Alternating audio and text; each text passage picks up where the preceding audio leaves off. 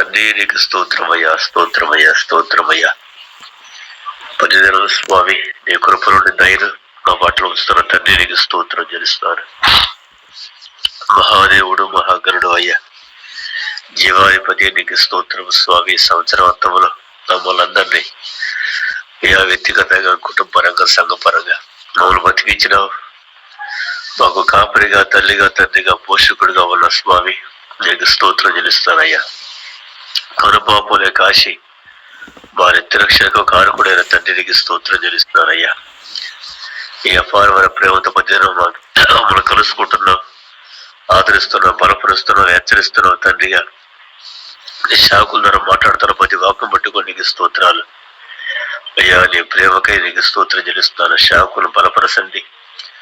Yeah కూడి వచ్చిన ప్రభు నీ పిల్లల్ని శాకులను బట్టి, సంఘాలను బట్టి నీకు స్తోత్రం చెల్లిస్తున్నానయ్యా.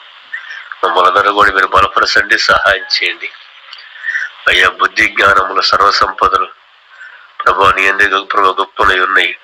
సంపూర్ణ గ్రహింపు యొక్క సకల ఐశ్వర్యం కలిగి నీ ప్రేమ ఎత్తు, లోతు, పొడుగు, వెడల్పు కొలుచుటకు మాకు సహాయం చేయండి ఆయన. తండ్రి సంపూర్ణ జ్ఞానంతో అభిషేకించండి. నీ ఆత్మతో ఆది అపోస్తుల మీద ఆత్మ, ఆ శక్తి, జీవాన్ని, ఆ సంపూర్ణ మాకు అందరికీ అనుగ్రహించి సహాయం చేయమని దాసులు అభిషేకించి ప్రతి ఆటకం తొలగించి మహిమ పొందమని యేసు ప్రభు నామమున అడుగుతున్నావు తండ్రి, ఆమేన్. ప్రార్థించిన రాబర్టయ్య గారి వందనాలు.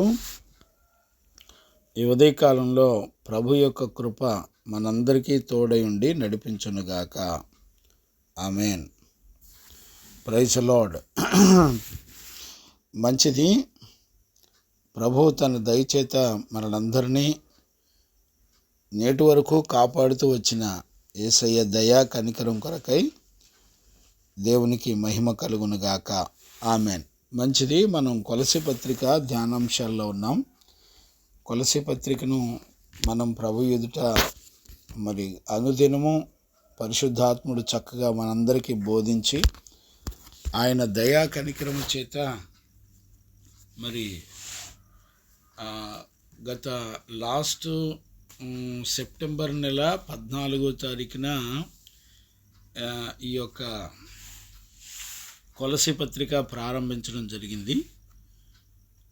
ఈ సంవత్సరంలో సెప్టెంబర్ 14వ తారీఖున ఈ కొలసీ పత్రిక ధ్యానాంశాలు ప్రారంభించడం జరిగింది.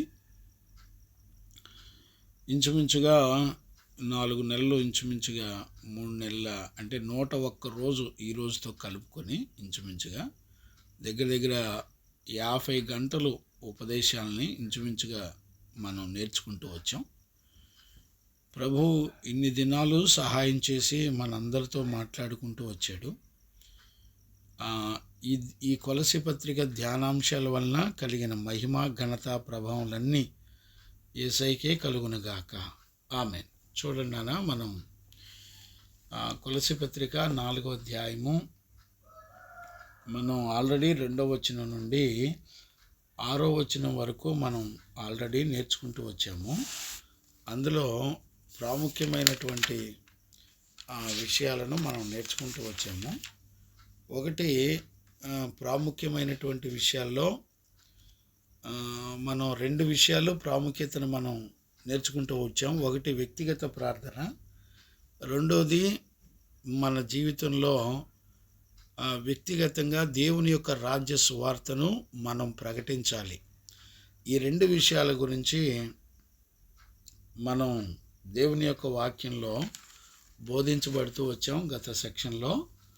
ఈరోజు కొలసీ పత్రిక 4వ అధ్యాయం 7వ వచనం నుండి 18వ వచనం వరకు కూడా మనం చదువుకోవచ్చు. ఇందులో మరి ప్రాముఖ్యమైనటువంటి చక్కటి అనుభవాలు ఉన్నాయి. అంటే ఇదంతా కూడా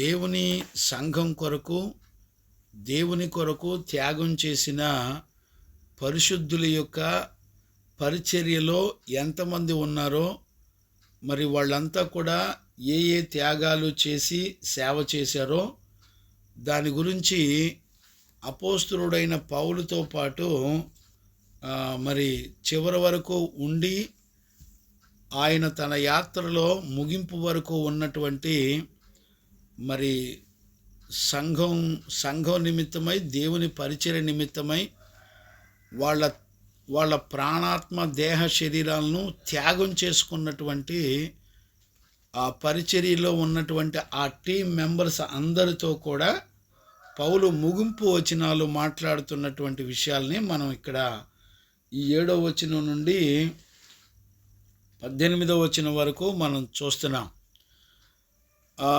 నేను ఈ కొలసీ పత్రిక ప్రారంభించినప్పుడు ఈ మాసం అంటే సెప్టెంబర్ మాసం 14వ తారీఖున ప్రారంభించినప్పుడు ఈ కొలసీ పత్రిక 4 అధ్యాయాలు కూడా 7 రకాల గుణముల చేత, లక్షణముల చేత ఇది ప్రాముఖ్యంగా ఈ కొలసీ పత్రిక రాయబడి ఉంది అని ఆల్రెడీ మన ధ్యానాంశాల్లో ప్రారంభ వచనాల్లో నేను ఆల్రెడీ చెప్పాను. ఈ అధ్యాయాలన్నిటిలో ఒక్కొక్క అధ్యాయంలో ఏ ఏ అంశాన్ని గురించి పరిశుద్ధ దేవుడు మనతో మాట్లాడుకుంటూ వచ్చాడు అనేటువంటి విషయాలన్నీ కూడా నేను వాక్యంలో చూపించడం జరిగింది. చూడండి, ఆ మాటలు కొంచెం నేను జ్ఞాపకం చేస్తాను. మొదటి అంశం ఏంటంటే, దేవుని కుమారుడు ఎవరు, ఆయన మనకు ఏం చేశాడు సువార్త ద్వారా అనేటువంటి విషయాన్ని మొట్టమొదట ఈ కొలసీ పత్రిక అధ్యాయంలో మొట్టమొదటి అంశం అది. రెండవది సంఘమును ప్రేమించాలి, అలాగే సంఘ పరిచర్యలను, పరిశుద్ధులను ప్రేమించాలి, ప్రేమించి పరిచర్య చేయాలి అనే విషయాన్ని మనం నేర్చుకుంటూ వచ్చాం. మూడవది సంఘములో అబద్ధ బోధను ఖండించాలి, అబద్ధ బోధకులను మాట్లాడనీయకుండా వాళ్ళని యేసుక్రీస్తు ప్రత్యక్షతను కనపరుస్తూ వాళ్ళని ఖండించాలని మూడవ అంశంగా మనం నేర్చుకుంటూ వచ్చాం. తర్వాత మన జీవితంలో మన మనసంతా కూడా క్రీస్తు మీదే ఉండాలని మనం 3వ అధ్యాయం ప్రారంభంలో ధ్యానం చేసుకుంటూ వచ్చాం. అలాగే యేసుక్రీస్తునందు మరి మనము మన మనసంతా దేవుని మీద ఆధారపడినప్పుడు మన స్వభావం ఎలా ఉండాలో తర్వాత అంశం మాట్లాడుకుంటూ వచ్చాం. తర్వాత మరి ఇతరులతో ఎలాంటి సంబంధాలు కలిగి ఉండాలో, భార్య భర్తతో, భర్త భార్యతో, తల్లిదండ్రులు పిల్లలతో, పిల్లలు తల్లిదండ్రులతో, దాసులు యజమానులతో ఎలా ఉండాలనే విషయాలన్నీ కూడా ధ్యానం చేసుకుంటూ వచ్చాం. 7వది వ్యక్తిగత ప్రార్థన, అలాగే వ్యక్తిగతంగా సువార్తను ఎలా ప్రకటించాలి. ఇవి ఈ 7 రకాల అంశాలు ఈ కొలసీ పత్రికలో ఈ 4 అధ్యాయాల్లో ఉన్నటువంటి సంపూర్ణమైన సంగతులు. ఈ రోజున మనం ఇంచుమించుగా నాకు తెలిసి ఈ కొలసీ పత్రిక ఈ రోజుతో ముగించబడవచ్చు. ఎందుకనంటే ఈ ముగింపు వచనాలు కూడా చాలా గంభీరమైనటువంటి విషయాలు, సత్యాలు కూడా. ఎందుకంటే వీళ్ళందరూ కూడా ఈ టీం, పౌలు యొక్క టీం, పౌలుతో పాటు ఉండి పరిచర్య చేసినటువంటి బిడ్డలందరూ కూడా ఈ పత్రికలో ఉన్నటువంటి పిల్లలు అపోస్తులుడైన పౌలుతో పాటు సేవ చేసిన వాళ్ళందరూ కూడా మొత్తం 8 మంది ఉన్నారు ఈ అధ్యాయంలో. పౌలు యొక్క టీం ఇదంతా కూడా తిమోతితో కలుపుకొని ఇంచుమించుగా 9 మంది అవుతారు. కాబట్టి ఇంచుమించుగా 8 మంది టీంతో కలిసి ఈ పరిచర్య చేయటం అనేది జరుగుతూ ఉంది. ఈ 8 మంది కూడా ఇప్పుడు నేను చెప్పాను కదా 7 గుణ లక్షణాలు. ఈ 7 గుణ లక్షణాలు సంపూర్ణంగా దేవుని యొక్క చిత్త ప్రకారంగా వాళ్ళంతా కూడా లోబడినట్లుగా, అప్పగించుకున్నట్లుగా మనం చూస్తున్నాం.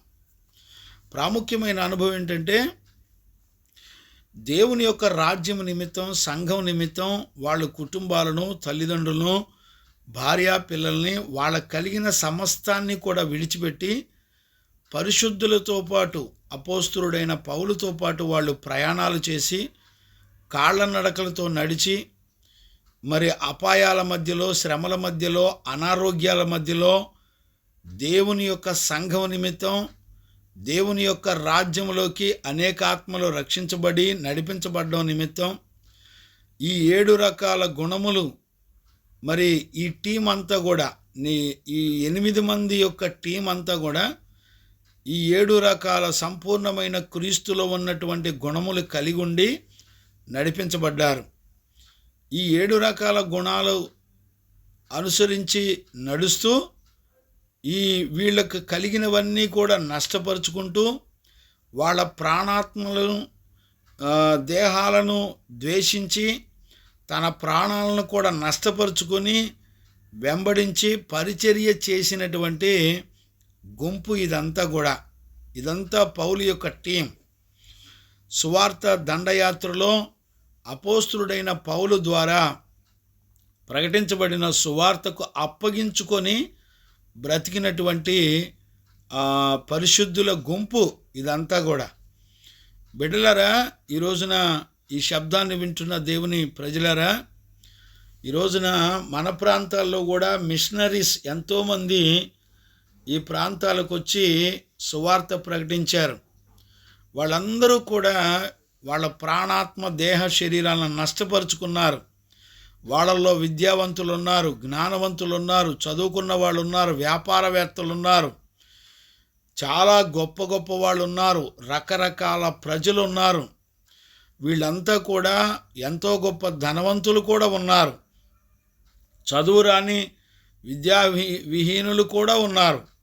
వీళ్ళందరూ కూడా దేవుని యొక్క సేవ నిమిత్తమై అప్పగించుకొని దేవుని యొక్క సంఘము నిమిత్తమై దేవుని యొక్క రాజ్యములో ఆ సంఘ బిడ్డలందరూ కూడా పాలిపంపులు పొందాలని వాళ్ళు కలిగినటువంటి ఆయుష్కాలాన్ని, బలాన్ని, కోరికల్ని, ఇష్టాలని అన్నిటినీ చంపుకొని దేవుని చిత్తం మాత్రమే చేయడానికి పౌలు చెప్పిన సువార్త ద్వారా వీళ్ళందరూ కూడా పరిచర్యకు అప్పగించుకొని మరి అపోస్తలుడైన పౌలును వెంబడించి దేవుని చిత్తాన్ని చేసిన వాళ్ళు వీళ్ళంతా కూడా.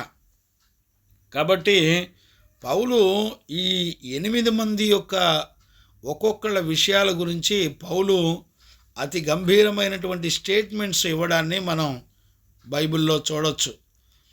ఒక్కొక్కళ్ళ గురించి ఆయన ఇచ్చేటువంటి స్టేట్మెంట్స్ పరలోకం చేత అంగీకరించబడినటువంటి స్టేట్మెంట్స్. ఈ రోజున సంఘము నిమిత్తం కానివ్వండి, మన నిమిత్తం కానివ్వండి, ఒక పరిశుద్ధులు సాక్ష్యం ఇవ్వకపోతే ఏ ప్రయోజనం ఉండదు అనేటువంటి సత్యాన్ని మనందరం కూడా గుర్తుపట్టాలి. దేవునికి మహిమ కలుగునుగాక. Praise the lord. కాబట్టి ఈ ఉదయకాలంలో కొలస్సీ పత్రిక 4వ అధ్యాయము 7వ వచనం నుండి 18వ వచనం వరకు కూడా మనం చదువుకుందాం. నేను టకటక చదువుతాను, చూడండి. చదివేటప్పుడు జాగ్రత్తగా అక్కడ ఉన్నటువంటి విషయాలు దయచేసి జ్ఞానంగా అర్థం చేసుకోవాలి. చూడండి. ప్రియ సహోదరుడును ప్రభునందు నమ్మకమైన పరిచారకుడును నా తోడి సేవకుడైన తుకికు నన్ను గూర్చిన సంగతులన్నీ మీకు తెలియజేయను. మీరు మా స్థితి తెలుసుకున్నట్లు మీ హృదయములను అతడు ఆదరించున్నట్లు అతనితో కూడా నమ్మకమైన ప్రియ సహోదరుడైన ఒనేసిమును మీ యొద్దకు పంపుచున్నాను. ఇతడు మీ యొద్ద నుండి వచ్చిన వాడే. వీరిక్కడ సంగతులన్నీ మీకు తెలియచేతురు. చూడండి, పౌలు ముగింపులోకి, తన యాత్ర ముగింపులోకి వచ్చేసే సమయంలో అపోస్తలుడైన పౌలు మరి 3వ దండయాత్రలో ముగింపులోకి వచ్చినప్పుడు ఈ విషయాలు రాస్తున్నాడు. ఇక్కడ మెయిన్ తుకికు గురించి, ఒనేసిము గురించి అపోస్తలుడైన పౌలు రాస్తున్నాడు. ఆ తర్వాత 10వ వచనం నుండి నేను చదువుతున్నాను. నాతో కూడా చెరలో ఉన్న అరిస్తోర్కును బర్నబాకును సమీపస్థుడైన మార్కుకు మీకు వందనములు చెప్పుచున్నారు. మార్కును గురించి మీరు ఆజ్ఞలు పొందితిరి. అతడు మీ యొద్దకు వచ్చిన ఎడల ఇతనిని చేర్చుకొనుడి. మరియు యూస్తు అను యేసు కూడా మీకు వందనములు చెప్పుచున్నారు. వీరు సున్నతి పొందిన వారిలో చేరినవారు. వీరు మాత్రమే దేవుని రాజ్యము నిమిత్తము నా జత పని వారై ఉన్నారు. వీరి వలన నాకు ఆదరణ కలిగిన. ఇప్పుడు చూడండి, అరిస్తోర్కును మార్కును యూస్తు అను యేసు, వీళ్ళు ముగ్గురు కూడా యూదులు. ఎందుకంటే వీళ్ళు సున్నతి పొందినటువంటి వాళ్ళు. వీళ్ళ ముగ్గురు కూడా యూదులు అన్నమాట. అంటే యూదులు వచ్చారు సేవకి. అంటే ఒనేసిము బానిస సేవకు అప్పగించుకున్నాడు. అలాగే తుకీకు కూడా మరి అతను అన్యజనుడై ఉండొచ్చేమో. వీళ్ళు కూడా దేవుని యొక్క పరిచర్యకు అపోస్తలుడైన పౌలు ద్వారా అప్పగించుకున్నటువంటి వ్యక్తులు. తర్వాత నేను చదువుతున్నాను చూడండి, 12వ వచనం. మీలో ఒకడు క్రీస్తు యేసు దాసుడనైన ఎపఫ్రా మీకు వందనములు చెప్పుచున్నాడు. మీరు సంపూర్ణులను, ప్రతి విషయంలో దేవుని చిత్తమును గూర్చిన సంపూర్ణ ఆత్మ నిశ్చయిత గలవారనై నిలకడగా ఉండవలనని ఇప్పుడును మీ కొరకు ఎల్లప్పుడూ మీ కొరకు తన ప్రార్థనలో పోరాడుచున్నాడు. అంటే ఎపఫ్రా ఈ కొలసీ సంఘానికి దైవజనుడు. ఈ ఎపఫ్రా రోమాలో నుండి కొలసీలో నుండి రోమా ప్రయాణం చేసి అపోస్తలుడైన పౌలు దగ్గరికి వెళ్ళి సంఘంలో దుర్బోధలు ఉన్నాయి, ఆ దుర్బోధల్లో ఉన్నటువంటి వారిని సంఘాన్ని విడిపించడం కొరకు ప్రయాణం చేసినటువంటి వ్యక్తి ఎపఫ్రా. దగ్గర కొలసీ సంఘం నుంచి రోమా సంఘంలో ఉన్నటువంటి అపోస్తలుడైన పౌలు, రోమా జైల్లో ఉన్నటువంటి అపోస్తలుడైన పౌలు దగ్గరికి ఇంచుమించుగా 1500 కిలోమీటర్లు ప్రయాణం చేసి పౌలు దగ్గరికి వెళ్ళి సంఘ పరిస్థితులు చెప్పి సంఘాన్ని ఎలా కాపాడుకోవాలో పత్రిక రాయించుకొని మరి పంపబడినటువంటి వ్యక్తి ఎపఫ్రా. గమనించారా? దేవునికి మహిమ కలుగునుగాక. తర్వాత ఇక్కడ చూడండి, 13వ వచనం నుండి చదువుతున్నాను. ఇతడు మీ కొరకును లవదోకియ కొరకును హియరాపొలి వారి కొరకును, అంటే 3 సంఘాలు ఉన్నాయి ఇక్కడ, లవదోకియా, కొలసి, హియరాపొలి 3 సంఘాలు ఉన్నాయి. బహు ప్రయాసపడుచున్నాడని ఇతను గురించి సాక్ష్యం ఇచ్చుచున్నాను. ఈ ఎపఫ్రా 3 సంఘాలు పరిచర్య చేస్తూ బహుగా ప్రయాసపడుతున్నాడంట ఎపఫ్రా. 14 లూకా ప్రియుడైన వైద్యుడును దేమాయు మీకు వందనములు చెప్పుచున్నారు. లవదోకియాలో ఉన్న సహోదరులకు నుంఫాకును వారి ఇంటనున్న సంఘమునకు వందనములు చెప్పుడి. ఇప్పుడు చూడండి, ఇక్కడ లూకా అంటే వైద్యుడు, అపోస్తులలో పాటు ఉన్నటువంటి లూకా. ఈ లూకా వైద్యుడు ప్లస్ అపోస్తులుడైన పౌలు, వీళ్ళు కూడా ఉన్నారు. అలాగే దేమా కూడా చివరి వరకు ప్రయాణం చేసి అపోస్తులుడైన పౌలుని చివరిలో వదిలిపెట్టి లోకాన్ని ప్రేమించి వెళ్ళిపోయినటువంటి వ్యక్తి దేమా. తర్వాత ఇక్కడ మనం చదివితే 15వ వచనం చదివినప్పుడు నుంఫాకు అనేటువంటి సహోదరి, ఆమె పేరు లేడీ పేరు అది. ఆ నుంఫాకు అనే ఆమె ఇంటి వద్ద సంఘ పరిచర్య జరుగుతూ ఉండేది. అంటే ఆమెకి కూడా వందనాలు చెప్తూ అపోస్తులుడైన పౌలు నుంఫాకు కూడా అక్కడ ఉన్నటువంటి సంఘానికి వందనాలు చెప్తున్నాడు. తర్వాత 16వ వచనం, ఈ పత్రిక మీరు చదివించుకొని తర్వాత లవుదేకియ వారి సంఘములోనూ చదివించుడి. లవుదేకియకు వ్రాసి పంపిన పత్రికను మీరు కూడా చదివించుకొనుడి. 17వ వచనం, మరియు ప్రభునందు మీకు అప్పగింపబడిన పరిచర్యను నెరవేర్చుటకు దాని గురించి జాగ్రత్త పడుడని అగ్రిప్పాతో చెప్పుడి. అంటే అగ్రిప్ప అనే అతను పౌలు దగ్గర లేడు, అంటే వేరే ప్రాంతాల్లో ఉన్నాడు. అతనికి చెప్పండి అని చెప్తున్నాడు. 18వ వచనం, పౌలు నేను స్వహస్తాలతో నా వందనములు వ్రాయిచున్నాను. నా వందనములను జ్ఞాపకం చేసుకుని నా బంధకములను జ్ఞాపకం చేసుకుని కృప మీ అందరికీ తోడయుండునుగాక.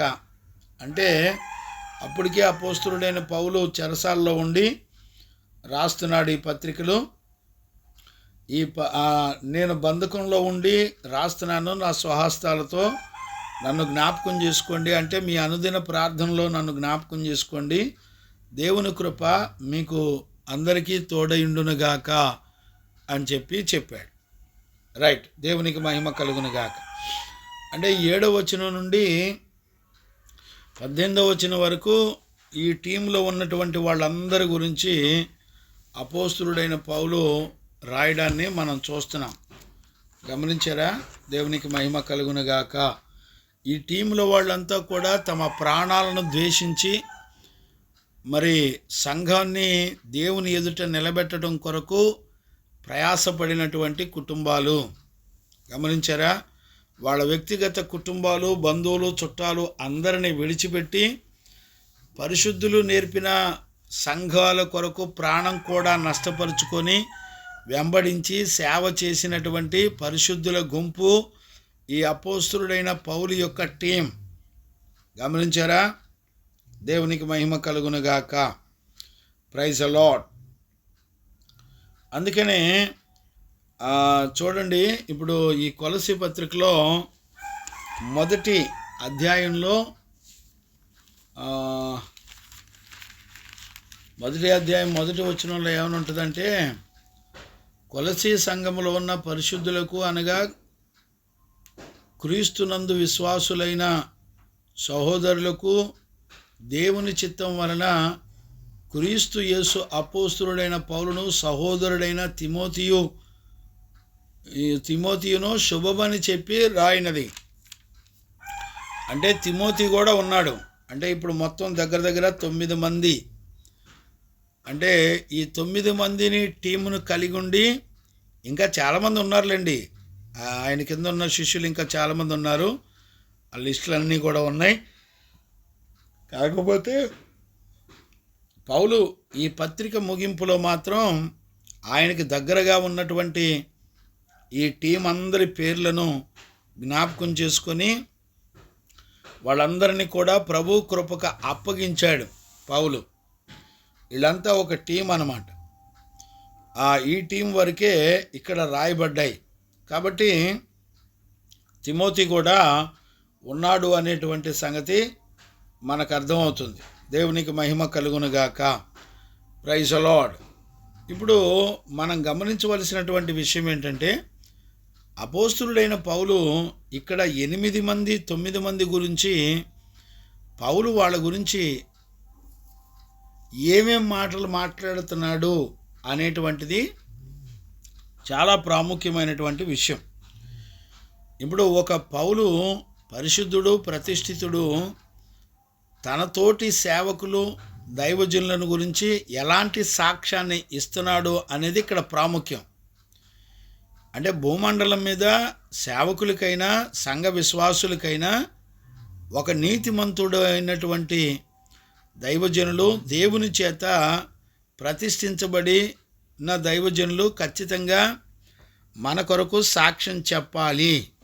ఈ మాట చాలా జాగ్రత్తగా అర్థం చేసుకోవాలి. పరిశుద్ధులు దేవుని ఎదుట మన కొరకు సాక్ష్యం చెప్పాలి. పరిశుద్ధుల సాక్ష్యం, మిమ్మల్ని పెంచినటువంటి దైవజనుల యొక్క సాక్ష్యం, అలాగే భూమి ఆకాశముల యొక్క సాక్ష్యం, సర్వప్రకృతుల యొక్క సాక్ష్యం, మన ముఖ సాక్ష్యం, మన దేహం యొక్క సాక్ష్యం ఇలాగా అన్ని సాక్ష్యాలు దేవుని సముఖంలో లెక్క చెబుతాయి. గమనించారా? అంతేకాకుండా మన పాపాలు కూడా మన గురించి దేవుని ఎదుట లెక్క చెప్పవలసి ఉంది. గమనించారా? మన పాపాలన్నీ కూడా మన గురించి దేవుని దగ్గర లెక్క చెబుతాయి, సాక్ష్యం చెబుతాయి. ఇవన్నీ బైబిల్లో ఉన్నటువంటి విషయాలేనండి. గమనించారా? ఏమేమి సాక్ష్యం చెబుతాయో నేను ఒకసారి సూచాయిగా జ్ఞాపకం చేయాలని నాకు ఆలోచన కలుగుతుంది. చూడండి, మన కొరకు ఏమేం సాక్ష్యం చెప్తాయో నేను జ్ఞాపకం చేస్తాను. చూడండి, యోబు పుస్తకంలో 16వ అధ్యాయము, యోబు పుస్తకం 16వ అధ్యాయము 8వ వచనాన్ని మనం చదువుకోవచ్చు. నేను చదువుతున్నాను, చూడండి. యోబు పుస్తకం 16వ అధ్యాయము 8వ వచనం నేను చదువుతున్నాను, చూడండి.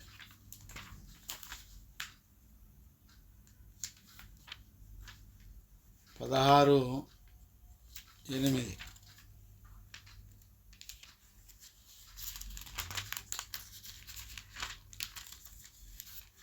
రైట్, నేను చదువుతున్నాను, చూడండి. నా దేహమంతయు నీవు పట్టుకొని ఉన్నాము, ఇది కూడా నా మీద సాక్ష్యము చెప్పుచున్నది. గమనించారా? మన దేహం కనపడుతుంది కదా, మన గురించి మన దేహమే మన మీద ఖచ్చితంగా సాక్ష్యం చెప్తుంది. అంతేకాకుండా ఇక్కడే యోబు పుస్తకం 15వ అధ్యాయము 6వ వచనాన్ని కూడా మనం చదవచ్చు. నేను చదువుతున్నాను, చూడండి. నేను కాదు, నీ మాటలే నీ దోషమును స్థాపించుచున్నవి, నీ పెదవులే నీ మీద సాక్ష్యం పలుకుచున్నవి. గమనించారా? నేను కాదు, నీ దోషాలు, నీ పెదవులు మన మీద సాక్ష్యం చెప్తాయి. మన మాటలు, మన పెదాలు మన మీద సాక్ష్యం చెప్తాయి అని దేవుని యొక్క వాక్యం చెప్తుంది. గమనించారా? ఇక్కడ చూసినట్టయితే యెషయా పుస్తకంలో కూడా 3వ అధ్యాయం, యెషయా పుస్తకం 3వ అధ్యాయం 9వ వచనాన్ని కూడా మనం చదువుకోవచ్చు. నేను చదువుతున్నాను. వారి ముఖ లక్షణమే వారి మీద సాక్ష్యం ఇచ్చును, తమ పాపములు మరుగు చేయక సొదొమ వారి వలె దానిని బయలుపరచుదురు. తమకు తామే వారు కీడు చేసుకొని ఉన్నారని వారికి శ్రమ. గమనించారా? వారి ముఖ లక్షణమే వారి మీద సాక్ష్యం పలుకును. ఇప్పుడు ఏమేం చదువుకున్నాం? మన దేహం మన మీద సాక్ష్యం చెప్తుంది, మన మాటలు మన మీద సాక్ష్యం చెప్తాయి, మన పెదవులు మన మీద సాక్ష్యం చెప్తాయి, మన ముఖ లక్షణాలు ఉంటాయి చూసారా, అంటే ముఖం యొక్క ఫీలింగ్స్ ఉంటాయి చూసారా, అవి కూడా మన మీద సాక్ష్యం చెప్తాయి. గమనించారా? ఇంకా ఇదే యెషయా పుస్తకంలో 59:12 వచనం కూడా మనం చూడవచ్చు. 59:12 వచనం నేను చదువుతున్నాను, చూడండి. మేము చేసిన తిరుగుబాటు క్రియలు నీ ఎదుట విస్తరించి ఉన్నవి, మా పాపములు మా మీద సాక్ష్యము పలుకుచున్నవి. గమనించారా? మన పాపాలే మన మీద సాక్ష్యం పలుకుతాయంట. గమనించారా? అంటే ఇప్పుడు ఏమేమి చెప్పుకుంటూ వచ్చాం? మన దేహం మన మీద సాక్ష్యం చెప్తుంది, మన మాటలు మన మీద సాక్ష్యం చెప్తుంది, మన పెదాలు మన మీద సాక్ష్యం చెప్తున్నాయి, మన పాపాలు మన మీద సాక్ష్యం చెప్తున్నాయి, మన ముఖ లక్షణాలు మన మీద సాక్ష్యం చెప్తున్నాయి, అపోస్తులు కూడా మన మీద సాక్ష్యం చెప్తారు. గమనించారా? తర్వాత కీర్తనల పుస్తకం 50వ అధ్యాయంలో 7వ వచనాన్ని మనం చదవచ్చు. కీర్తనల పుస్తకం 50 అధ్యాయం 7వ వచనం. జనులారా, నేను మాట్లాడబోచున్నాను, ఆలకించుడి. ఇశ్రాయేలు ఆలకింపుము. నేను దేవుడను, నేను దేవుడను, నీవు దేవుడవును. నేను నీ మీద సాక్ష్యము పలికెదను. అంటే దేవుడు కూడా మన మీద సాక్ష్యం చెప్తాడట. గమనించారా? అంటే ఏ మనుషుడు తప్పించుకోవడానికి వీలుండదు. దేవుని వాక్యం వింటున్న దేవుని పిల్లారా, చాలా జాగ్రత్తగా మనం అర్థం చేసుకోవాలి. అలాగే యోబు పుస్తకంలో 20వ అధ్యాయము 27వ వచనాన్ని మనం చదవచ్చు.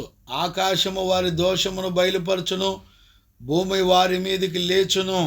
చూసారా? ఆఖరికి ఆకాశం కూడా మన దోషమంతా కూడా బయలుపరిచిద్దట. గమనించారా? అలాగే నెహెమ్యా పుస్తకంలో కూడా 9వ అధ్యాయము 29 నుంచి 34 వరకు మనం చదువుకుంటే దేవుని ఆత్మ మన మీద సాక్ష్యం చెబుతుందని నెహెమ్యా పుస్తకం 9వ అధ్యాయంలో ఉంది. అలాగే జకర్యా పుస్తకం 3వ అధ్యాయం 1వ వచనంలో సాతాను కూడా మన మీద ఫిర్యాదులు చేసి, మరి అంటే యెహోషువ మీద మలిన వస్త్రాలు ఉన్నాయని మన దోషాలన్నీ కూడా మన మీద సాతాను నేరాలు మోపుతూ ఉంటాడు. గమనించారా? కాబట్టి అలాగే ప్రవక్తల యొక్క ఆత్మ కూడా మన మీద సాక్ష్యం ఇస్తుంది. 30వ వచనంలో నెహెమ్యా పుస్తకం 9వ అధ్యాయం 30వ వచనంలో నీవు అనేక సంవత్సరములు ఓర్చి నీ ప్రవక్తల ద్వారా ఆత్మచేత వారి మీద సాక్ష్యము పలికితివి కదా. చూసారా? పలికితివి కానీ. గమనించారా? 29లోనేమో నీవు వారి మీద సాక్ష్యము పలికినను వారు గర్వించి నీ ఆజ్ఞలు లోబడక పాపులై తమ మనసును కఠినపరుచుకొని నీ మాట వినకపోతిరి. 30వ వచనంలోనేమో నీ ప్రవక్తల యొక్క ఆత్మ వారి మీద సాక్ష్యం పలుకుతుందని రాయబడింది. 34లో నీవు వారి మీద పలికిన సాక్ష్యము లైనను ఆజ్ఞలను వినకపోయిరి. గమనించారా? అలాగే యాకోబు పుస్తకం 5వ అధ్యాయంలో 2-3 వచనాల్లో ఉంటుంది. మీరు బంగారమును వెండి మీ మీద తుప్పు పట్టి వాటి తుప్పు మీ మీద అగ్ని వలె మీ శరీరమును తినివేయచు సాక్ష్యము పలుకుతుంది. మనం ఉపయోగించిన వెండి బంగారాలన్నీ కూడా మన మీద సాక్ష్యం చెబుతాయి అనేటువంటి విషయాన్ని మనం చూడగలుగుతున్నాం. అంటే దీన్ని బట్టి చూస్తే మనము ఎక్కడా కూడా తప్పించుకోవడానికి వీలు లేకుండా అన్నీ కూడా మన మీద సాక్ష్యం చెప్తున్నట్టుగా మనము బైబిల్లో చూడగలుగుతున్నాం. దేవునికి మహిమ కలుగునుగాక. Praise the lord. అందుకనే ఈ సాక్ష్యాలు చాలా విలువైనవి. ఇప్పుడు చూడండి, ఇప్పటి వరకు మన మీద ఏవేవి సాక్ష్యంగా నిలబడతాయో మనం చదువుకుంటూ వచ్చాం.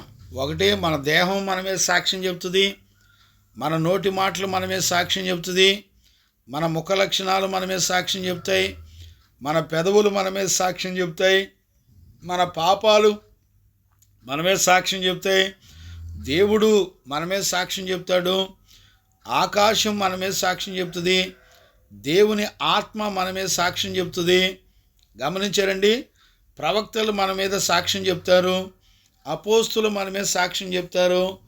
ఇలాగా భూమి ఆకాశాలు కూడా మన మీద సాక్ష్యం చెప్తాయి. మనం పాడే పాటలు కూడా మన మీద సాక్ష్యం చెప్తాయి. గమనించారా? ఏ వ్యక్తి తప్పించుకోవడానికి వీలుండదో. దయచేసి ఈ విషయాన్ని మీరు గమనించాలి. గమనించారా? అందుకనే మన మీద మనం వాడేటువంటి వెండి బంగారాలు కూడా మన మీద సాక్ష్యం చెబుతుంది. గమనించారా? మన అవయవాలన్నీ కూడా మన మీద సాక్ష్యం చెబుతుంది. ఇలాగా ఏ మనుషుడు కూడా తప్పించుకోవడానికి వీలు లేకుండా అందరూ కూడా సాక్ష్యాలతో రుజువులతో సహా ఆఖరికి మన విరోధి అయిన అపవాది కూడా మన మీద సాక్ష్యం పలుకుతాడు. అంటే దీన్ని బట్టి మనకు అర్థమవుతుంది ఏంటి? సాక్ష్యాలుగా ఇవన్నీ కూడా రుజువులుగా ఉన్నాయనే విషయాన్ని చాలా జాగ్రత్తగా మనం అర్థం చేసుకోవాలి. దేవునికి మహిమ కలుగునుగాక. ఇక్కడ మొట్టమొదట అపోస్తలుడైన పౌలు ఎవరి గురించి సాక్ష్యం ఇస్తున్నాడు అనంటే, ఇక్కడ మనం చూసినప్పుడు మొట్టమొదట 7వ వచనంలో తుకీకు గురించి, ఒనేసిము గురించి సాక్ష్యం ఇస్తున్నాడు. 7, 8, 9 వచనాల్లో, ఈ 3 వచనాల్లో ఇద్దరు గురించి సాక్ష్యం ఇస్తున్నాడు. ఒకటి తుకీకు, రెండవది ఒనేసిము. ఇక్కడ చూడండి, వీళ్ళ గురించి అపోస్తలుడైన పౌలు ఎలాంటి విషయాలు సాక్ష్యం ఇస్తున్నాడో చూడండి. చాలా గంభీరమైనటువంటి సాక్ష్యాలు. అయిలారా, ఊరికే సరదాగా ఎలా పడితే అలాగా నోటి మాటలతో ఉప్పొంగ చేసే మాటలు కాదు. అపోస్తలుడైన పౌలు మాట్లాడుతున్నప్పుడు మనం మనుషులను బట్టి మనుషులను సంతోషపెట్టి మాట్లాడే మాటలు కాదు. ఈ మాటలు పరలోకం కూడా అంగీకరించేటువంటి సాక్ష్యాలు. ఒక నీతిమంతుడైనటువంటి అపోస్తలుడైనటువంటి ప్రతిష్ఠితుడు అయినటువంటి దైవజనులు ఇచ్చేటువంటి సాక్ష్యం అనేటువంటి సంగతి మనందరం కూడా ఖచ్చితంగా గుర్తుపట్టాలి. గమనించారా? చూడండి, ఈ మాటను నేను చదువుతున్నాను చూడండి. మొట్టమొదట తుకీకు గురించి మాట్లాడుతున్న మాట చూడండి. ప్రియమైన సహోదరుడును. చూడండి, ఒక వ్యక్తిని పరిశుద్ధుడైనటువంటి అపోస్తలుడైన పౌలు సాక్ష్యం ఇస్తున్నాడు తుకీకు గురించి. నాకు చాలా ప్రియమైన వాడు. అంటే ప్రియమైన అనే పదాలు చాలా విలువైంది. చూడండి, ప్రియమైన అన్న, ప్రేమించిన అన్న ఒకటే విలువ, ఒకటే అర్థం. ఇప్పుడు చూడండి, ప్రేమించిన వాళ్ళ గురించి ఒకవేళ ఒక స్త్రీ లేకపోతే ఒక పురుషుడు ఒక స్త్రీని ప్రేమించాడు అనుకోండి, ప్రేమించినప్పుడు ఎలా ఉంటాడు? ప్రేమించిన వాళ్ళతోనే ఉండాలని అనిపిస్తుంది, ప్రేమించిన వాళ్ళతోనే మాట్లాడాలనిపిస్తుంది, ప్రేమించిన వాళ్ళ కొరకు ఎంత త్యాగమైనా చేయాలనిపిస్తుంది, ప్రేమించిన వాళ్ళ కొరకు తన ప్రాణాన్ని కూడా నష్టపరుచుకోవాలనిపిస్తుంది. ప్రేమకున్నటువంటి గుణాలవి. అంటే నీతిమంతుడైన అపోస్తలుడైన పౌలును ఎంత ప్రేమించాడో చూడండి. నేను అడుగుతున్నాను, ఒక దైవజనుడు మీ ఇంట్లో వస్తువులు ఏదైనా మీకు వాక్యం చెప్పి బోధించే సేవకుడు ఏదైనా అడిగితే ఇవ్వబుద్ధి అయిద్దండి? మీ మనస్సాక్షిని కొంచెం అర్థం చేసుకోండి. ఒక పౌలు ప్రతిష్ఠితుడు తుకీకు గురించి ఎంత చక్కటి సాక్ష్యం ఇస్తున్నాడు చూడండి. అతడు నాకు ప్రియమైన వాడంటే పౌలుతో తప్ప ఇంకా ఎవరితో ఉండడానికి ఇష్టపడేవాళ్ళు కాదు. అంటే పౌలుతో ఉండడం అంటే మాటలు కాదు. పౌలుతో ఉన్న వాళ్ళకి ఆకలి దప్పులు ఉన్నాయి, వస్త్రహీనత ఉన్నది, కొట్టబడ్డారు, గుద్దబడ్డారు, పౌలును కొట్టారు, దూషించారు, బెత్తాలతో కొట్టారు. అంటే పౌలు శ్రమలలో కూడా తుకీకు వీళ్ళందరూ కూడా అప్పగించుకొని బ్రతికి వెంబడించారు. చూడండి, దైవజనుడు పక్కడున్నప్పుడు మీకు ఏదైనా నిందల అవమానాలు కలిగితే మళ్ళీ పక్క నుండి వెంబడిస్తారండి? మిమ్మల్ని కూడా, నాతో పాటు మిమ్మల్ని కూడా తిట్టారనుకోండి, ఎవరన్నా వెంబడించే వాళ్ళు ఉంటారా? ఈ ఉదయకాలంలో దేవుని యొక్క వాక్యాన్ని వింటున్న దేవుని పిల్లరా, ఖచ్చితంగా ఒక తండ్రిగా, దైవజనుడిగా నేను మిమ్మల్ని బతిమలాడుతున్నాను. జాగ్రత్తగా అర్థం చేసుకోండి. ఒక చిన్న నింద దైవజనుడితో పాటు అనుభవించడానికి నువ్వు, నీ భార్య, నీ పిల్లలు నిలబడగలరండి? ఏం సాక్ష్యం ఉంది నీకు? కార్లు కొన్నానని సాక్ష్యమా? బిల్డింగ్లు కొన్నానని సాక్ష్యమా? ఏం సాక్ష్యాలండి నీకు? పొలాలు కొన్నానని సాక్ష్యమా? నీ పిల్లలు అమెరికా, లండన్లో ఉన్నారని సాక్ష్యం? అలా ఏం సాక్ష్యాలండి ఇవన్నీ? అపోస్తులు, పరిశుద్ధులు ఒక సాక్ష్యం ఇచ్చారంటే ఎంత అద్భుతమైన సాక్ష్యం చెప్పండి. వాళ్ళు శ్రమలలో, పౌలుతో పాటు కొట్టబడటంలో, పౌలు దొంగల చేత కొట్టబడ్డాడు, దోచుకొనబడ్డాడు పౌలు. ఇప్పుడు పౌలుతో పాటు ఉన్నారంటే ఖచ్చితంగా వాళ్ళని కూడా దోచుకున్నారనే కదా, అర్థం చేసుకోండి. కాబట్టి ఒక నీతిమంతుడు ఎలాంటి సాక్ష్యం ఇస్తున్నాడు చెప్పండి. ఈ రోజున మన సంఘాల్లో ఏ సాక్ష్యం చెప్తున్నాం చెప్పండి. మన సాక్ష్యాలన్నీ కూడా పరలోకం అంగీకరించే సాక్ష్యాలు కాదు. అందుకని యేసు ప్రభు ఏమన్నాడు తెలిసిన, నా గురించి నేనేం సాక్ష్యం చెప్పుకోను, కానీ నా గురించి సాక్ష్యం చెప్పేవాడు ఒక ఆయన ఉన్నాడు, ఆయన నా తండ్రి, ఆయన నా కొరకు సాక్ష్యం ఇచ్చేటువంటి తండ్రి అని చెప్పాడు. గమనించారా? యేసు ప్రభు కూడా తండ్రి సాక్ష్యం ఇస్తూ వచ్చాడు, ఈయన నా ప్రియ కుమారుడు, ఈయన యందు నేను ఆనందించుచున్నాను. గమనించారా? ఎందుకు ప్రియమైన కుమారుడయ్యాడు? ఇప్పుడు చూడండి, అదే గుణలక్షణాన్ని యేసుక్రీస్తులో తన తండ్రి పట్ల ఎలాంటి గుణలక్షణాలు ఉన్నాయో, అంటే అపోస్తలుడైన పౌలు తుకికుకి ఎలాంటి విషయాలు బోధించి నేర్పితే లోబడ్డాడు అంటే, యేసుక్రీస్తు తండ్రి అయిన దేవుని పట్ల ఎలాంటి గుణాలు, దేవునికి ప్రియమైన బిడ్డగా ఉన్నాడంటే యేసయ్య గురించి తండ్రి అయిన దేవుడు సాక్ష్యం ఇస్తున్నాడు. ఇదిగో ఈయన నా ప్రియ కుమారుడు, ఈయన యందు నేను ఆనందిస్తున్నాను. చూసారా? ఈ భాష యేసుక్రీస్తు కొరకు తండ్రి వాడినటువంటి భాష, ఆయన ఇచ్చే సాక్ష్యం. ఇప్పుడు అదే సాక్ష్యం అపోస్తలుడైన పౌలు తుకికు గురించి ఇస్తున్నాడు. అంటే తుకికు ఎలాంటి ఉపదేశాలు విని అప్పగించుకొని ఉంటాడు? ఈ రోజున సంఘాల్లో, విశ్వాసుల్లో, దైవజనుల్లో ఇలాంటి ప్రతిష్టలు ఉన్నాయండి, ఇలాంటి జీవితం ఉందండి. గమనించారా? ఈ రోజున ఒక దైవజనుడు అండి, నన్ను 3 నెలలుగా నేను ఎక్కడికి పరిచర్య వెళ్తే అక్కడికి తన కారు తీసుకొచ్చి ఏ ఊరు వెళ్తే ఆ ఊరు ఆయనే డ్రైవింగ్ చేస్తూ ఆయనే నన్ను మోసుకొని వెళుతున్నాడండి. బిడ్లారా, ఈ మనసు ఎలాంటి మనసో తెలిసిన, దేవునికి ప్రియమైన వాళ్ళు, అంటే పరిశుద్ధుల యొక్క కష్టాల్లో, శ్రమలలో తోడుండి నడిపించబడేటువంటి వాళ్ళు. వీళ్ళంతా కూడా వీళ్ళు యేసయ్యకి కలిగిన మనసు కలిగినటువంటి వారు అని దేవుని యొక్క వాక్యం చెబుతుంది. గమనించారా? ఎలాంటి స్వార్థం లేకుండా వాళ్ళ ప్రాణాత్మ దేహ శరీరాలు దేవుని పరిచర్య కొరకు, పరిశుద్ధుల కొరకు అప్పగించుకొని బ్రతికారండి. ఈ రోజున ఒక ప్రతిష్ఠితుడైన దైవజనుడు నీ కొరకు, నీ కుటుంబం కొరకు, నీ భార్య పిల్లల కొరకు సాక్ష్యం ఇవ్వగలడా? ఏం నేర్చుకుంటున్నారండి? ఏ సాక్ష్యాలు ఉన్నాయి మన జీవితంలో చెప్పండి? దేమాలాగా నమ్మించి మోసం చేసిన వాళ్ళ గురించి సాక్ష్యాలా చెప్పండి? దేమా కూడా వందనాలు చెప్పాడు. అంటే ఇంచుమించు దేమా చాలా సంవత్సరాల అపోస్తలుడైన పౌలుని వెంబడించాడు. చివరిలోకి వచ్చేప్పటికీ పౌలుని విడిచిపెట్టి దేమా లోకాన్ని ఆశించి విడిచిపెట్టి వెళ్ళిపోయాడు. ముగింపుకు వచ్చేపాటికి నమ్మకత్వం లేకుండా విడిచిపెట్టి వెళ్ళిపోయాడు. అలాగా దేమా లాంటి వాళ్ళు ఎంతోమంది ఉన్నారు మరి సంఘాల్లో కానివ్వండి, సేవకుల్లో కానివ్వండి. గమనించారా? అందుకనే నా ప్రియ సహోదరుడు అని సాక్ష్యం ఇచ్చాడు. అంతేకాకుండా నమ్మకమైన పరిచారకుడు, నా జత పనివాడు. చూసారా? 3 విషయాలు మాట్లాడుతూ వచ్చాడు. అతని జీవితంలో, తుకికు యొక్క జీవితంలో పరిశుద్ధుల యొక్క సాక్ష్యము, వాళ్ళ యొక్క జీవితంలో ప్రభువునందు నమ్మకమైన పరిచారకుడు అంటే అర్థం ఏంటో తెలిసిన, ప్రభు పరిచర్య విషయాల్లో తుకికును పిలిచి, అబ్బాయి నువ్వు పలానా ప్రాంతాలకు వెళ్ళి ప్రభు పరిచర్య చెయ్యంటే చెప్పిన మాటకు వెంటనే లోబడి వెళ్ళిపోయేవాడు పరిచారకుడు. గమనించారా?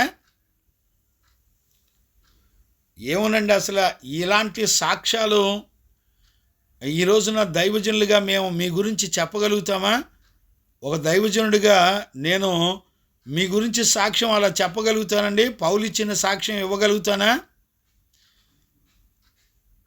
ఈ రోజున దయచేసి ఈ విషయాలు మీరు అర్థం చేసుకోండి. దేవునికి మహిమ కలుగునుగాక. ఆమేన్. చూడండి, నా జత పనివాడుగా ఎదిగాడంట. తుకికు గురించి ఈ 3 సాక్ష్యాలు ఇచ్చి మాట్లాడుతున్నాడు. అంతేకాకుండా ఇంకేమంటున్నాడు తెలిసిన, మీరు మా స్థితిని తెలుసుకున్నట్లు మీ హృదయములకు అతడు ఆదరించున్నట్లు. చూసారా? 4వది, తుకికు ఎలాంటి వాడు తెలిసిన, సంఘంలో చేర్చబడిన వాళ్ళ యొక్క హృదయాలను ఆదరించేవాడట. నమ్మకమైన వాడంట. చూసారా? అతడు ఎంతో నమ్మకమైన వాడు అని చెప్తున్నాడు. నమ్మకమైన వాడు, పరిచారకుడు, జతపనివాడు, ప్రియమైనవాడు, మన హృదయాలను ఆదరించేవాడు. చూసారండి? మళ్ళీ ఈ సాక్ష్యం ఇచ్చేది ఎవరో కాదు, అపోస్తలుడైన పౌలు, పరలోకం అందరూ కలిసి ఇస్తున్నటువంటి సాక్ష్యం. దేవునికి మహిమ కలుగునుగాక. Praise the lord. చాలా జాగ్రత్తగా ఈ విషయాలను మనం అర్థం చేసుకోవాలి. దేవునికి మహిమ కలుగునుగాక. చూడండి నాన్న, ఇక్కడే కొలస్సీ పత్రికలోనే 1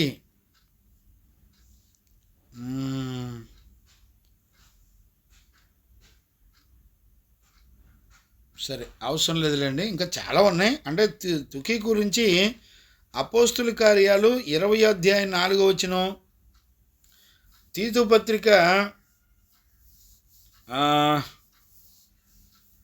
పత్రికలో కూడా 1:12వ వచనంలోనే ఎక్కడ ఉండాలి. తర్వాత 2వ తిమోతి పత్రిక 4వ అధ్యాయం 12వ వచనంలో, ఎఫెసీ పత్రిక 6వ అధ్యాయం 21వ వచనంలో, కొలస్సీ పత్రిక 4:7. గమనించారా? మొత్తం 5 చోట్ల తుకికు గురించి రాయబడి ఉంది. నేను ఇవన్నీ చదవటానికి టైం సరిపోదు. దయచేసి మీరు అర్థం చేసుకొని ఆ రెఫరెన్సులు, అపోస్తుల కార్యాలు 24, తీతు పత్రికలో కూడా మరి 1వ అధ్యాయమో ఎక్కడో గుర్తులేదు నాకు, 1వ అధ్యాయం 12వ వచనం, 2వ తిమోతి 4:12, తర్వాత ఎఫెసీ పత్రిక 6:21లో కూడా ఉన్నాయి. ఇప్పుడు మనం చదువుకున్నాం కొలస్సీ 7లో. ఈ వచనాల్లో తుకి గురించి రాయబడి ఉంది. చాలా చక్కటి అనుభవాలు. ఇంకా అపోస్తుల కార్యాల్లో చదివితే పౌలు ప్రయాణాల్లో పౌలు ఏ ఊరు వెళ్తే ఆ ఊరు వెళ్ళినట్టుగా పౌలుతో పాటు దగ్గరుండి ప్రయాణం చేశాడు తుకికు. గమనించారా? ఈ రోజున పరిశుద్ధులతో పాటు ప్రయాణం చేసేవాళ్ళు ఎవరు ఉంటారు చెప్పండి? తీతు పత్రిక 3:12 అండి. తీతు పత్రిక 3వ అధ్యాయం 12వ వచనం. అక్కడ ఇందాక నేను చూసుకోలేదు. 3వ అధ్యాయం 12వ వచనం. దేవునికి మహిమ కలుగునుగాక. Praise the lord. అలాగే ఇప్పుడు చూడండి, 2వ వ్యక్తి ఎవరంటే ఒనేసిము. ఈ ఒనేసిము గురించి మనం కొలస్సీ పత్రికలోనూ ఫిలోమోను పత్రికలో ఈ ఒనేసిము గురించి చెప్పడం జరిగింది. ఈ ఒనేసిము ఎవరంటే ఫిలోమోనుకు బానిస, అంటే ఫిలోమోన్ దగ్గర బానిస ఇతడు. వీళ్ళు కూడా కొలస్సీ సంఘానికి దగ్గరగా ఉండేటువంటి వాళ్ళు. ఫిలోమోనుకు ఒక బానిస. ఇప్పుడు ఈ ఫిలోమోను పత్రికలో 1వ అధ్యాయం 15-16 వచనాలు, ఈ ఫిలోమోను పత్రిక 5వ వచనం, అదే 10వ వచనం కూడా ఒక అధ్యాయం ఉంటుంది. పోనీ నేను కొంచెం దాని వరకు చదవమంటే చదువుతాను. హెబ్రీ పత్రిక ముందు ఉంటుంది, నేను చదువుతున్నాను చూడండి. 10వ వచనం చదువుతున్నాను చూడండి. ఫిలోమోను పత్రిక 10వ వచనం చూడండి. కావున యుక్తమైన దానిని గూర్చి నీకు ఆజ్ఞాపించుటకు క్రీస్తునందు నాకు బహుధైర్యము కలిగి ఉన్నను, వృద్ధుడను, ఇప్పుడు క్రీస్తు యేసు ఖైదీనైనున్న పౌలను నేను ప్రేమను బట్టి వేడుకొనుట మరీ మంచిదనుకొని నా బంధకములలో నేను కనిన నా కుమారుడగు ఒనేసిము కోసరము నేను నిన్ను వేడుకొనుచున్నాను. గమనించారా? ఒనేసిము ఎవడంటే బంధకాల్లో కన్నాడంట అపోస్తలుడైన పౌలు. శ్రమలలో పుట్టాడు ఒనేసిము. ఒనేసిము ఇక్కడ చూడండి 15-16 వచనాలు చదువుతాను చూడండి. అతడికి మీదట దాసుడుగా ఉండక దాసుని కంటే ఎక్కువవాడుగాను ప్రియ సహోదరుడుగాను విశేషముగా నాకు శరీర విషయంలో ప్రభు విషయంలో మరి విశేషముగా నాకు ప్రియ సహోదరుడుగాను నీ యొద్ద ఎల్లప్పుడూ ఉండుటకే కాబోలు అతడు కొద్ది కాలము నిన్ను ఎడబాసి ఉండెను. గమనించారా? అంటే కొద్ది కాలం ఫిలోమోను వదిలిపెట్టి ఒనేసిము వచ్చాడనమాట పౌలు దగ్గరికి. ఆ పౌలు రోమాపట్నంలో ఉన్నాడంటే ఎన్ని వందల కిలోమీటర్ల ప్రయాణం చేసి వచ్చి ఉంటాడు. ఒనేసిము బంధకాల్లో పౌలుకి దగ్గరగా ఉండి పరిచర్య చేసి ఆదుకున్నాడంట ఒనేసిము. గమనించారా? కాబట్టి ఒనేసిము చాలా నమ్మకమైన వాడు, ప్రియమైన వాడు అనే మాటలను కూడా మనం చూస్తున్నాం. దేవునికి మహిమ కలుగునుగాక. అంటే ఇప్పుడు ఈ కొలసి పత్రికను రాసి తుకికుతో పాటు ఒనేసిమును కూడా ఇచ్చి పంపిస్తున్నాడు. ఎవరి దగ్గరికి? ఫిలోమోన్ దగ్గరికి, లేకపోతే కొలసి సంఘానికి ఈ పత్రికలు ఇచ్చి పంపిస్తున్నాడు. అంటే ఫిలోమోనుకు ఈ ఒనేసిము ఒక బానిస. ఇప్పుడు అపోస్తలుడైన పౌలు అంటాడు, ఇప్పుడు ఫిలోమోను ఒనేసిము బానిస కాదు, అతడు ప్రభునందు మనతోటి సహోదరుడు, నా విషయంలో మనందరి విషయంలో నమ్మకమైన వాడు, ప్రభునందు నమ్మకస్తుడని సాక్ష్యం ఇచ్చి పంపిస్తున్నాడు ఒనేసిముని. అంటే ఇప్పుడు మనకు ఏమర్థమవుతుంది? మొట్టమొదట తుకీకు గురించి సాక్ష్యం ఇచ్చాడు, అలాగే ఒనేసిము గురించి సాక్ష్యం ఇచ్చాడు పౌలు. గమనించారా? దేవునికి మహిమ కలుగునుగాక. ఇక్కడ మూడవది ఎవరెవరి గురించి సాక్ష్యం ఇస్తున్నాడంటే, మనం గమనించినట్లయితే ఎవరెవరు ఉన్నారు? తర్వాత అరిస్తోకును, మార్కు, యూస్తు అనబడిన యేసు, వీళ్ళు ముగ్గురు ఉన్నారండి. వీళ్ళ ముగ్గురు కూడా ఎవరు అనంటే వీళ్ళ ముగ్గురు యూదులు. గమనించారా? వీళ్ళ ముగ్గురు గురించి రాయబడిన మాటలు నేను చదువుతున్నాను చూడండి. నాతో కూడా చెరలో ఉన్న అరిస్తోకును, బర్నబాకు సమీపస్తుడైన మార్కును మీకు వందనములు చెప్తున్నారు. బర్నబాకి బంధువు సహోదరుడు అయినటువంటి వ్యక్తి మార్కు. అంటే ఇప్పుడు అరిస్తోకును, మార్కు చూడండి, ఈ ఆజ్ఞల గురించి ఈ మార్కును గురించిన మీరు ఆజ్ఞను పొందితిరి అంటే, నేను నా దగ్గర ఉన్నటువంటి మార్కుని మీ దగ్గర పంపిస్తున్నాను అని ఆజ్ఞ పొందారంట వాళ్ళందరూ. మరియు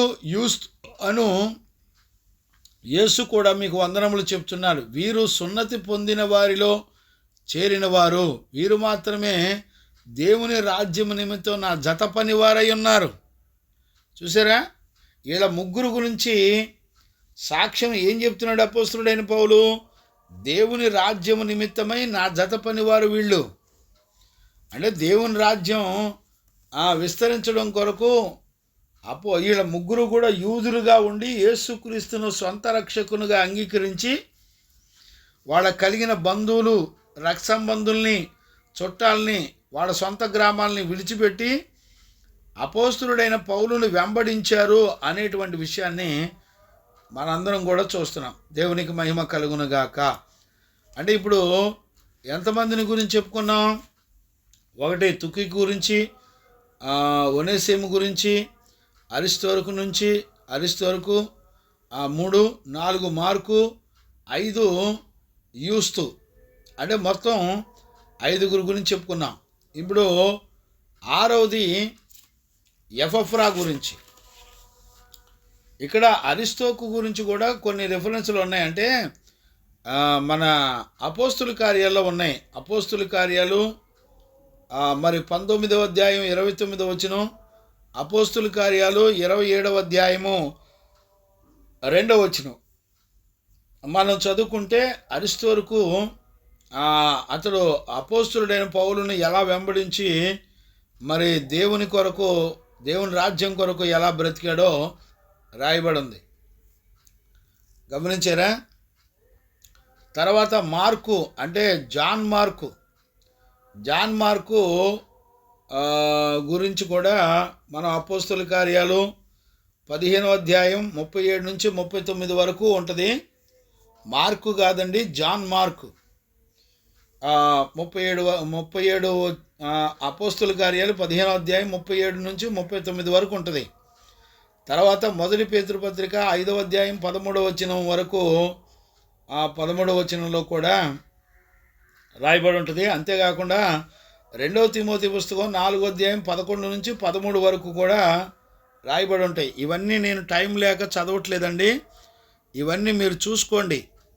వాక్యం వింటున్న దేవుని పిల్లలు ఈ రెఫరెన్స్లన్నీ కూడా తీసి చూసుకొని చదువుకొని రాసుకోండి, నాకు సమయం లేదు. తర్వాత యూస్తు అనే యేసు గురించి కూడా మనకి ఎక్కడ రాయబడలేదు, కానీ ఇక్కడ కొలసీ పత్రిక 4వ అధ్యాయం 11వ వచనంలో వరకు మాత్రమే అతని విషయాలు రాయబడినట్లుగా మనం చూస్తున్నాం. తర్వాత ఎపఫ్రాని గురించి రాయబడినట్లుగా మనం చూస్తున్నాం. ఎపఫ్రా గురించి ఈ కొలసీ పత్రికలోనే 4:7, 4:12 ఇట్లా 4 అట్లాగే మొదటి అధ్యాయం మరి 7-8 వచనాలు అట్లాగా ఇవన్నీ కూడా అపోస్తులుడైనటువంటి పౌలు ఎపఫ్రా గురించి రాయడం జరిగింది. అలాగే లూకా వైద్యుడు, లూకా గురించి కూడా మనకు తెలుసు. లూకా చాలా ఎడ్యుకేటర్, అంటే వైద్యుడు అంటే చాలా మంచి చదువుకున్నటువంటి వ్యక్తి. ఇతడు గ్రీకులో ఉన్నటువంటి బైబిల్ని అంటే గ్రీకులో రాశాడు. వాస్తవంగా ఏమేమి రాశాడు? లూకా పుస్తకం రాశాడు, అపోస్తుల కార్యాలు కూడా లూకానే, వైద్యుడైనటువంటి లూకానే రాశాడు. ఈ 2 పుస్తకాలు రాసినటువంటి వ్యక్తి లూకా. గమనించారా? 2 తిమోతి 4:11 వచనంలో కూడా మనం చూడొచ్చు. దేవునికి మహిమ కలుగునుగాక. అలాగే ఇంకా చివరిలో దేమా గురించి రాశాడు. దేమా గురించి మనకు తెలుసు. దేమా అపోస్తులుడైన పౌలుని విడిచిపెట్టి ఎలా వెళ్ళిపోయాడో మనకు తెలుసు. గమనించారా? అలాగే ఇప్పుడు చూడండి, 13వ వచనం చదువుతున్నాను చూడండి. అతడు మీ కొరకును, లవదీకియ కొరకును, హీరాపోలి కొరకును బహు ప్రయాసపడుతున్నాడు. అంటే ఒనేస్ మన ఎపఫ్రా గురించి చెప్తున్నాడు అనమాట 13వ వచనంలో. ఈ 3 సంఘాల్లో ఉన్నటువంటి బిడ్డలందరి కొరకు కూడా ఎపఫ్రా చాలా ప్రయాసపడ్డాడని చెప్తున్నాడు. 14వ వచనం, లూకాను ప్రియుడైన వైద్యుడు దేమాయు మీకు వందనములు చెప్తున్నారు. గమనించారా? ఇక్కడ మార్కు గురించి నేను చెప్పలేదు. వాస్తవంగా బర్నబాకు సహోదరుడు. అదే 10వ వచనంలో మనం చదువుకున్నాం కదా, కొలసీ పత్రిక 4:10 వచనంలో బర్నబా గురించి, బర్నబా పౌలు ఇద్దరు పరిచర్య చేస్తున్నప్పుడు వాళ్ళిద్దరిని వదిలిపెట్టి మార్కు వెళ్ళిపోయాడు. మధ్యలో వెళ్ళిపోయినటువంటి మార్కు గురించి బర్నబా పౌలు కూడా వాదోపవాదాలు పెట్టుకొని వాళ్ళు విడిపోయారు. కానీ మరలా పౌలు మార్కుని కనికరించి క్షమించి తర్వాత మార్కును కూడా చేర్చుకున్నట్టుగా దీన్ని బట్టి మనకు అర్థమవుతుంది. అది మార్కు విషయం. కాబట్టి లూకా వైద్యుడు దేమా వందనాలు చెప్తున్నాడు. 15వ వచనం, లవదీకియలో ఉన్న సహోదరుడును నుంఫాకు అనువారి ఇంట ఉన్న సంగమునకు వందనములు చెప్పుడి. నుంఫాకు అనేటువంటి సహోదరి ఇంటిలో ఆ రోజుల్లో అపోస్తుల కాలాల్లో మరి ఎక్కడ చూసినా మందిరాలు లేవు, కానీ ఇళ్లలో ఉండి వాళ్ళు సేవ చేసేవాళ్ళు. గృహాల్లోనే సేవా పరిచర్యను చేసేవాళ్ళు. ఈ రోజుల్లో గవర్నమెంట్ వచ్చింది కదా, ఈ గవర్నమెంట్ అంతా కూడా ఇప్పుడు మందిరాలన్నీ మూసేసే కాలం వచ్చేసింది. ఇక సేవ అంతా ఇళ్లలోనే జరుగుతుంది. ఇక అంటే ఆదిమ అపోస్తుల్లో వాళ్ళు ఎలాగైతే గృహాల్లో ఉండి సువార్త పరిచర్య చేశారో, ఇక రాబోయే దినాలు కూడా ఇంకా అదే పరిస్థితులు వస్తాయి. ఎందుకంటే మందిరాలన్నీ కూడా గవర్నమెంట్ స్వాధీనం చేసుకునేటువంటి పరిస్థితులు వస్తాయి. ఇప్పుడు క్షయమైపోయిన మందిరాలను వదిలిపెట్టలేక గవర్నమెంట్ మాటని, ఈ లోక సంబంధమైన అధికారుల మాటలు విని ఈ పాస్టర్లందరిలో ఈ లోకానికి పరిస్థితులకి అప్పగించుకుంటారు. గమనించారా? ఇప్పుడు పెద్ద పెద్ద కార్పొరేట్ పాస్టర్లు అంతా కూడా రేపొద్దున గవర్నమెంట్కి వీళ్ళంతా సంఘాలు, సేవకులు, విశ్వాసులు, వాళ్ళ ఫోన్ నెంబర్లు, వాళ్ళ అడ్రస్సులు, వాళ్ళ మినిస్ట్రీలు అన్నీ కూడా గవర్నమెంట్ స్వాధీనం చేసుకునే కాలాలు వచ్చేసినాయి. అందుకని జగన్ ద్వారా సేవకులందరికీ నేను జీతాలు ఇస్తానని మొదలుపెట్టాడు. రేపొద్దున జగన్ ఉన్నా లేకపోయినా ఓడిపోయినా రేపు రాబోయే వాళ్ళు అందరూ కూడా ఈ అన్ని మతాల వాళ్ళకి మరి జీతాలు ఇచ్చి వాళ్ళే పోషిస్తారు. గమనించారా? అపోస్తులకి స్థిరమైన మందిరాలు ఎక్కడా ఉండవు. అపోస్తులు ఇళ్లలో ఎక్కడ పడితే అక్కడ జనాల్ని పోగు చేసుకొని వాక్యం చెప్పుకొని ప్రభు యొక్క రాకడ కొరకు సిద్ధపరుస్తారు. ఇప్పుడు కట్టే మందిరాలు అన్నీ కూడా చాలా స్టైలిష్ మందిరాలు. అన్ని గ్రానైట్లు, అలంకరణ, డెకరేషన్లు, లైటింగ్లు. ఇక చూడండి, పావురాల బొమ్మలు, మనుషుల బొమ్మలు, వాళ్ళ ఇష్టం అండి మందిరాల్లో. ఈ రోజున మందిరాలన్నీ కూడా డ్యాన్సులు వేసే క్లబ్బుల కంటే కూడా దారుణంగా ఉన్నాయి మందిరాలు. ఎంత రిచ్గా గడితే అంత గొప్ప పాస్టర్ అని చెప్పుకుంటున్నారు. ఆ రోజున అపోస్తులు ఈ క్షయమైపోయే వస్తువుల ద్వారా మందిరాలు గట్ల అపోస్తులు దేవుని రాజ్యాన్ని గురించినటువంటి పరలోక మందిరం, పరిశుద్ధాత్ముడి నివాసం ఉండే మందిరాలని కట్టారు అపోస్తులు. గమనించారా? కాబట్టి ఈ విషయాన్ని మనం గమనించాలని దైవజనుడిగా నేను మనవి చేస్తున్నాను. చూడండి 16వ వచనం. ఈ పత్రిక మీరు చదివించుకొని తర్వాత లవొదికయ వారి సంఘములోనూ చదివించుడి. లవొదికయకును వ్రాసి పంపిన పత్రికను మీరును చదువుకొనుడి. 16వ వచనం. 17వ వచనం. మరియు ప్రభునందు మీకు అప్పగింపబడిన పరిచర్యను నెరవేర్చుటకు దానిని గురించి జాగ్రత్త పడమని అగ్రిప్పాతో చెప్పుడి. అంటే అర్థం ఏంటి? పైన వీళ్ళందరూ నాతో పాటు ఉండి చక్కగా వెంబడించి పరిచర్య చేస్తున్నారు. అగ్రిప్ప అనేవాడికి కూడా ఇదిగో మనందరిని మాదిరిగా చేసుకొని నమ్మకంగా ఉండి జాగ్రత్తగా పరిచర్య చేయాలని అగ్రిప్ప అనేటువంటి వ్యక్తికి కూడా అపోస్తులుడైన పౌలు చెప్తున్నాడు. చివరిగా పౌలను నేను నా స్వహస్తాలతో నా వందనములు వ్రాయిచున్నాను, నా బంధకములను జ్ఞాపకం చేసుకొనుడి. దేవుని కృప మీ అందరికీ తోడయుండునుగాక అని ఇక ముగించాడు అపోస్తులుడైన పౌలు. దేవునికి మహిమ కలుగునుగాక. అందుకనే పిల్లలారా, దీనిని బట్టి మనకు అర్థమవుతుంది ఏంటి? ఇదంతా పరిశుద్ధుల గుంపు, టీం. ఈ టీం అందరూ కూడా అపోస్తులుడైన పౌలుని, ప్రతిష్ఠితులైన పౌలుని వెంబడించి చక్కగా వాళ్ళ ప్రాణాత్మ దేహ శరీరాలను కూడా నష్టపరుచుకొని, బంధువుల్ని చుట్టాలని నష్టపరుచుకొని, కాళ్ళ నడకలతో నడుస్తూ, అరణ్యాల్లో తిండి తినక మరి నడుస్తూ ఆ పత్రికలు అనేక ప్రాంతాలకి, సంఘాలకి తీసుకెళ్ళి చూపించి బోధించి పెంచారు. గమనించారా? దేవుని రాజ్యం కొరకు మరి సంఘం కొరకు వాళ్ళు కష్టపడ్డారు. ఆత్మలు రక్షించడానికి కష్టపడ్డారు. దానికి అప్పగించుకొని బతికారు. అలాగనే వాళ్ళు మహిమలోకి వెళ్ళిపోయారు. గమనించారా? కాబట్టి పరిశుద్ధుల దగ్గర మంచి సాక్ష్యాన్ని పొందారు.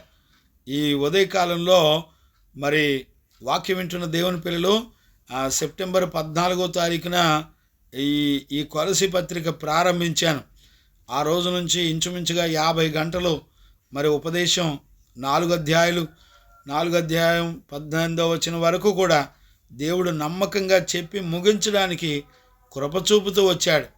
ప్రతి వచనం వెంబడి వచనం మరి నేర్చుకోవడానికి దేవుని యొక్క ఆత్మ మనందరికీ కూడా సహాయం చేస్తూ వచ్చింది. ఇందులో చాలామంది పిల్లలు మరి ప్రారంభం నుంచి కూడా ఉపదేశం విన్నటువంటి వాళ్ళే. కాబట్టి ఆ లైవ్లోకి వస్తూ వాక్యాలు వింటున్న దేవుని బిడ్డలందరికీ కూడా నా వందనాలు తెలియజేస్తున్నాను. యేసయ్య కృపా సమాధానములు మీ అందరికీ తోడైండి నడిపించునుగాక. ఆమెన్. ప్రార్థన. మహాపరిశుద్ధుడైన కన్నతండ్రి, నీకు కృతజ్ఞతాస్తుతులు చెల్లిస్తున్నాను నాయన. ఈ ఉదయకాలంలో కొలసీ పత్రిక సెప్టెంబర్ మాసం 14వ తారీఖున మొదలుపెట్టి ప్రభా డిసెంబర్ 22వ తారీఖు వరకు కూడా నమ్మకస్తులుగా మేము ప్రతి వాక్యముంటూ వాక్యం పరిశుద్ధాత్ముడా మీరు బోధిస్తూ మాకు నేర్పుతూ వచ్చారు నాయన. ఈ కొలసీ పత్రికలో ఉన్న 7 అంశాలలో మరి వాళ్ళ జీవితాలను అప్పగించుకొని బ్రతికిన ఆ టీం గురించి, వాళ్ళ గురించిన సాక్ష్యాలను గురించి కూడా ప్రభా మీరు మాట్లాడుతూ వచ్చినందుకు స్తోత్రాలు చెల్లిస్తూ యేసయ్య నిన్నడిగి పొంది ఉన్నాము తండ్రి. ఆమెన్. మన తండ్రి అయిన దేవుని నుండి, మన ప్రభు అయిన యేసుక్రీస్తు నుండి, పరిశుద్ధాత్మని యొక్క అన్యోన్య సహవాసము, సన్నిధి, సమాధానం విశ్వసించిన బిడ్డలకును సకల పరిశుద్ధులకును యేసయ్య కృపా సమాధానం మనందరికీ తోడయుండి నడిపించునుగాక. ఆమెన్. ఆమెన్. ఆమెన్. అందరికీ వందనాలు. ప్రార్థన చేయండి. రేపు ఉదయం మరలా కొత్త సబ్జెక్టు మనం నేర్చుకోబోతున్నాం. ఇంకా దేవుడు నాకేం సహాయం చేయలేదు. మరి అయ్యా ఏ సబ్జెక్టు అంటే ఏ పుస్తకం చెప్తాడో తెలీదు. పాత నిబంధన లేకపోతే కొత్త నిబంధన తెలీదు. మరి నా మనసు అయితే పాత నిబంధన అన్నట్టుగా ఉంది. ఏదో ఒక పుస్తకం, అంత్యదినాలు కాబట్టి ఆమోసు లేకపోతే ఇట్లా ఏదైనా అవ్వచ్చు. లేదా కొత్త నిబంధనలో మరి సువార్తలు అవ్వచ్చు, మత్తయి సువార్త, లూకా, యోహాను అవ్వచ్చు. లేకపోతే ఇంకా పత్రికలు ఉన్నాయి. లేకపోతే 2వ పేతురు పత్రిక కూడా నా మనసులో ఉంది చెప్పాలని. ఎందుకంటే 1 పేతురు పత్రిక ఏమో ప్రతి శనివారం చెప్పుకుంటున్నాం. మరి 2వ పత్రిక కూడా డైలీ చెబితే మంచిదనే ఆలోచన ఉంది. సరే, ఏది ఏమైనా ప్రభు ఏ వాక్యం, ఏ సబ్జెక్టు, ఏ పుస్తకం నేర్పిస్తాడో దాని కొరకు ప్రార్థన చేయండి. ప్రభుని బతిలాడండి. ఈ అంత్య దినాల్లో పరిశుద్ధాత్ముడే మన మధ్యలోకి వచ్చి బోధించునుగాక. ఆమెన్. అందరికీ వందనాలు. మంచిది. దీవెనమ్మ తల్లి ప్రైజ్ లార్డ్. శివా సిస్టర్స్ తల్లి ప్రైజ్ లార్డ్. రమేష్ అయ్య ప్రైజ్ లార్డ్ నాన్న. Rajyalakshmi praise lord. రాబర్ట్ అయ్య ప్రైజ్ లార్డ్. పురేందర్ నాన్న ప్రైజ్ లార్డ్. సురేష్ అయ్య ప్రైజ్ లార్డ్. రత్నమ్మ తల్లి ప్రైజ్ లార్డ్. తర్వాత సురేష్ అయ్య praise lord. Joshua praise lord. Hephzibah తల్లి ప్రైజ్ లార్డ్. బుజ్జి తల్లి praise lord. Pedababu praise lord. అందరికి వందనాలు. ప్రభు కృప మీ అందరికీ తోడై ఉండి కాపాడి రక్షించునుగాక. మరలా తిరిగి రేపు ఉదయం 5:30 కలుసుకుందాం. అలాగే రేపు సాయంత్రం కూడా పేతురు పత్రిక ధ్యానాలు ఉంటాయి, నేర్చుకుందాం. అలాగే ఆదివారం కీర్తనల పుస్తకం యొక్క ధ్యానాలు మనం నేర్చుకుందాం. పోయిన ఆదివారం 16వ కీర్తన నేర్చుకున్నాం. అలాగే పోయిన శనివారం మరి పేతురు పత్రిక ధ్యానాల్లో మనం ప్రభు చేత బోధించబడి నేర్చుకుంటున్నాం. కాబట్టి వాక్యం వినే పిల్లలందరూ కూడా తప్పనిసరిగా రండి. అలాగే మీరు ఇతరులకు కూడా మీరు ఖచ్చితంగా ఈ లింకును షేర్ చేయండి. ఈ వాక్యాలు అన్నీ కూడా పంపించండి. దేవుని కృప మీ అందరికీ తోడైండి నడిపించునుగాక. ఆమెన్. వందనాలు. Praise lord.